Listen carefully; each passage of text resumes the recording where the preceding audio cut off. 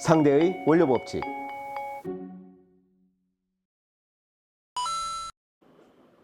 네, 안녕하세요. 상대의 원료 법칙. 오늘은 코스코에서 판매 중인 종갓집 김치의 원재료명 및 함량을 살펴보도록 하겠습니다. 본 원재료명 및 함량에 대한 의견은 개인적인 의견이고요. 관련해서 조금 더 자세한 정보나 정확한 정보는 제조사에 문의를 하실 것을 추천드립니다. 원료를 한번 살펴보겠습니다. 원재료명에 절임 배추가 들어가 있고요. 그 다음에 그 각과로를 보시면 배추의 식염, 마늘, 종갓 김치 전용 풀, 그리고 무, 고춧가루, 설탕, 효모분말, 김치 유산균, 종가 볶은 고추씨 양념까지가 들어가서 각과로가 이제 완성이 됩니다. 그리고 거기에 식염하고 호와 쌀 혼합분말을 추가로 넣은 것으로 되어 있습니다. 그러니까 큰 그 절임 배추를 포함해서 원료가 하나 다 들어간 다음에 거기에 이제 식염과 호와 쌀 분말을 혼합한 제품이라고 보시면 될 것 같습니다. 그래서 우선 절임 배추부터 천천히 보면 절임 배추인데 이제 배추가 제일 많이 들어가 있을 거고요. 거기에 이제 소금이 그 다음으로 많이 들어가 있습니다. 일반적으로 쓰는 순서에 따라서 원료가 많이 들어가 있다고 본다 그러면 배추에 우선 그 식염을 뿌려서 절여준 다음에 그 다음 마늘이 많이 들어가 있네요. 그러니까 소금이랑 마늘이 얼마나 중요하겠습니까? 그것보다 더 중요한 게 배추겠죠. 그러니까 우리가 이제 김치를 담근다 그랬을 때에도 다른 원료들과 마찬가지로 원료 자체, 원물 자체가 좋을 경우에는 다른 원료들이 굳이 뭐 식품 첨가물이나 다른 원료들이 굳이 들어갈 필요가 없습니다. 그런데 김치 같은 경우는 뭐니 뭐니 해도 배추가 품질이 좋아야 될 것이고 그 다음에 들어가는 것이 식염인데 식염 같은 경우에 식염이 뭡니까? 이제 이렇게 물어보실 수도 있겠죠. 그래서 식염이라고 하는 건 우리가 먹을 수 있는 소금이다. 그러면 먹지 못하는 소금도 있나? 이렇게 말씀하실 수도 있는데 식염이라고 표기가 됐다는 건 식품 첨가물로 쓸 수 있는 소금이라는 얘기입니다.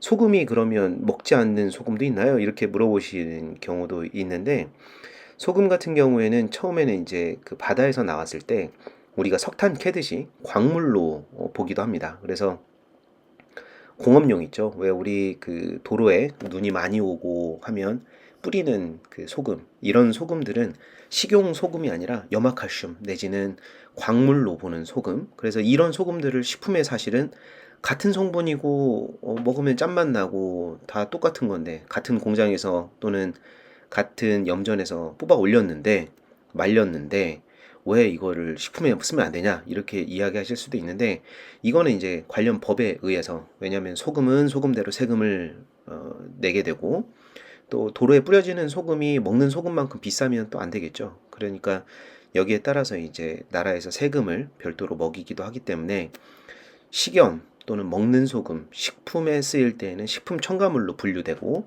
식품 첨가물로 제조가 되거나 정제가 된 소금을 써야 됩니다. 그래서 여기서 이야기하는 식염은 이런 큰 통칭에서는 광물이냐 아니면 식품 첨가물이냐로 분리를 했을 때 식품 첨가물이라고 보시면 될 것 같고요.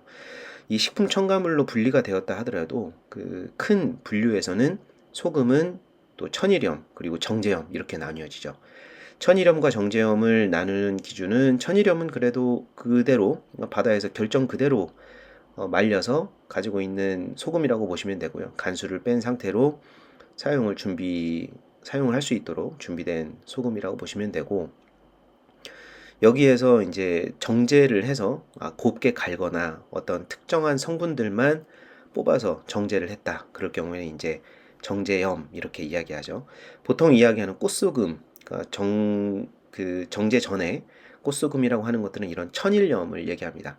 그런데 천일염 중에서도 말리는 방식에 따라서 검은 장판이나 이런 그 검은 배경에서 말리는 걸 일반적으로 이제 장판염이라고 하는데 그런 장판염이 있고요. 이게 가장 일반적으로 사용되는 천일염이라고 보시면 되고 그 다음이 깜파리염입니다. 장독대 예전에는 이제 장독대를 깨서 뒤집어서 그 갯벌에 곱게 이제 깐 다음에 그 반사열을 이용해서 소금을 말려서 판매했던 했던 천일염을 깜파리염 또는 그 장독대염이라고 했었습니다.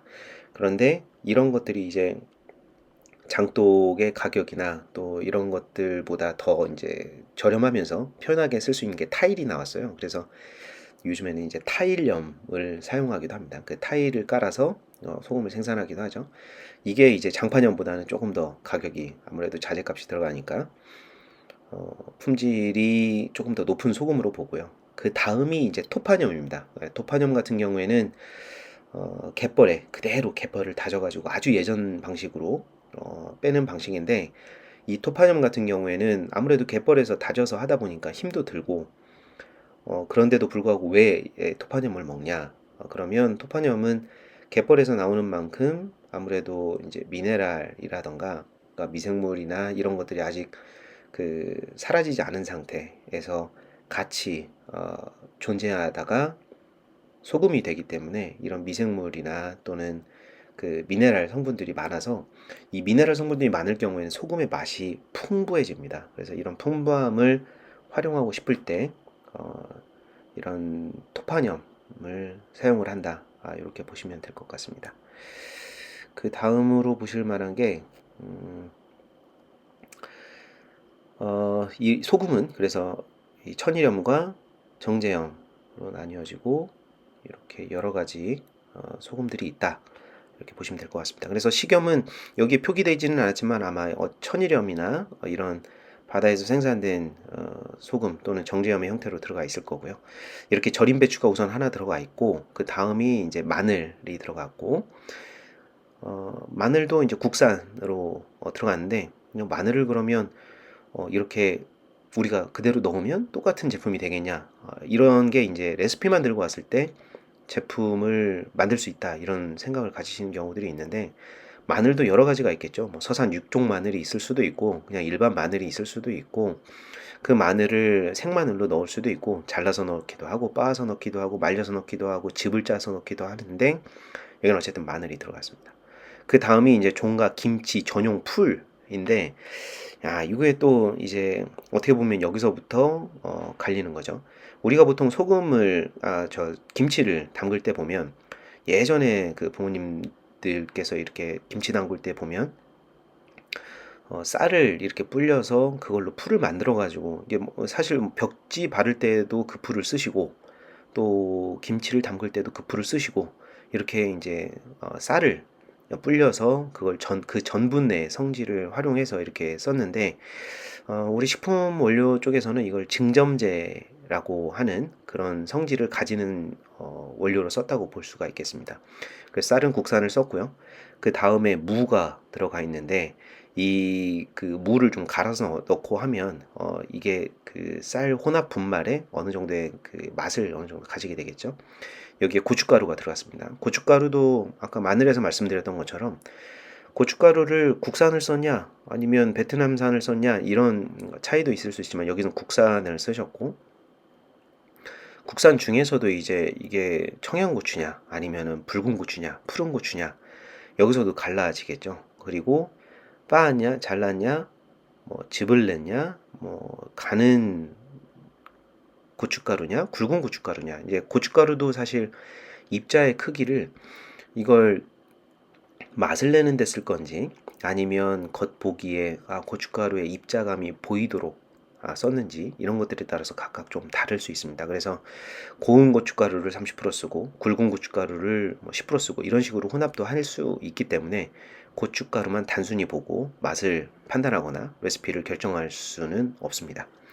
그 다음이 설탕이고요. 설탕도 뭐 여기에는 설탕 이렇게 적었지만 설탕도 이제 입자 크기로 봤을 때 이제 미분당, 정백당, 뭐 이렇게 정제를 했을 경우에 정백당, 뭐 쌍백당 이런 것들부터 시작해서 흑설탕, 백설탕 뭐 여러 가지가 있죠. 여기서는 어쨌든 설탕이 들어갔고요. 그 다음에 효모 분말이 들어갔습니다. 효모랑 효소랑 이제 구분을 잘 못하시는 경우들이 있는데, 효소는 우리 장내에 들어가서 이제 소화를 시키는 것처럼 소화 효소 요 정도 생각하시면 되고, 효모는 막걸리나 이런 발효를 시킬 때 생각을 하시면 됩니다. 그래서 효모 분말이 들어갔다는 건 김치를 발효시키려고 넣었구나 이렇게 생각을 하시면 될 것 같고, 그 다음에 김치 유산균이 들어가 있습니다. 김치 유산균 중에서도 르코노스톡 DRC라고 하는 그 유산균을 넣었는데, 유산균도 여러 가지가 있어요. 이 유산균이 그 각각의 유산균마다의 맛이 있기 때문에 미네랄처럼, 그래서 어떤 그 중국의 술들을 보면 어떤 동굴에서 그 숙성을 시켰냐에 따라서 맛이 달라지거든요. 그 이유가 그 동굴마다 숙성을 시키는 균이 달라서 거기에서 나오는 향 자체가 다르다고 합니다. 그래서 김치 유산균 같은 경우에도 리코노스톡이라고 하는 리코노의 스톡이 붙지 않았을까 싶은데, 리코노스톡 DRC라고 하는 그 유산균을 썼을 때 이 종갓집 김치의 맛을 일관되게 유지할 수 있는 그런 배경이 될 수 있겠습니다.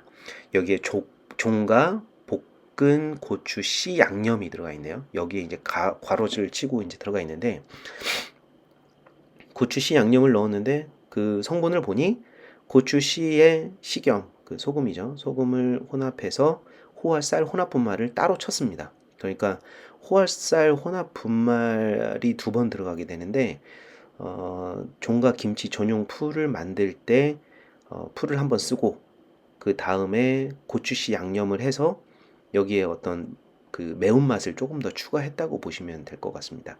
이 제품 같은 경우에는 그 제품명 자체에 마늘이라는 제품명과 김치라는 제품명이 이렇게 들어가 있기 때문에 이 어떤 특성을 조금 더 살리기 위해서 이런 원료 성분을 투여하지 않았을까, 그렇게 생각이 듭니다. 자, 오늘은 그 종가 김치에 대해서 원재료명 및 함량을 살펴보았고요.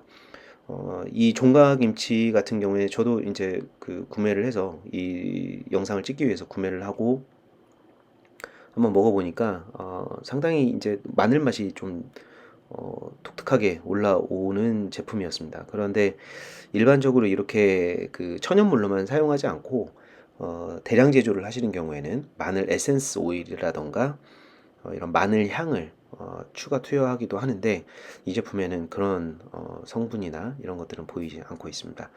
또 증점제도 대량으로 생산하거나 중국에서 제조가 돼서 들어오시는 경우에는 여기에 그 호화풀을 썼던 그 성분을 증점제라든가 이런 것들로 대체하거나, 또는 그 조미 원료들을 좀 더 투여를 해서 또는 단맛을 투여하는 경우도 종종 있는데, 여기에는 그렇게 감미료나 이런 것들은 투여하지 않고 설탕으로 조미를 했다고 볼 수 있겠습니다.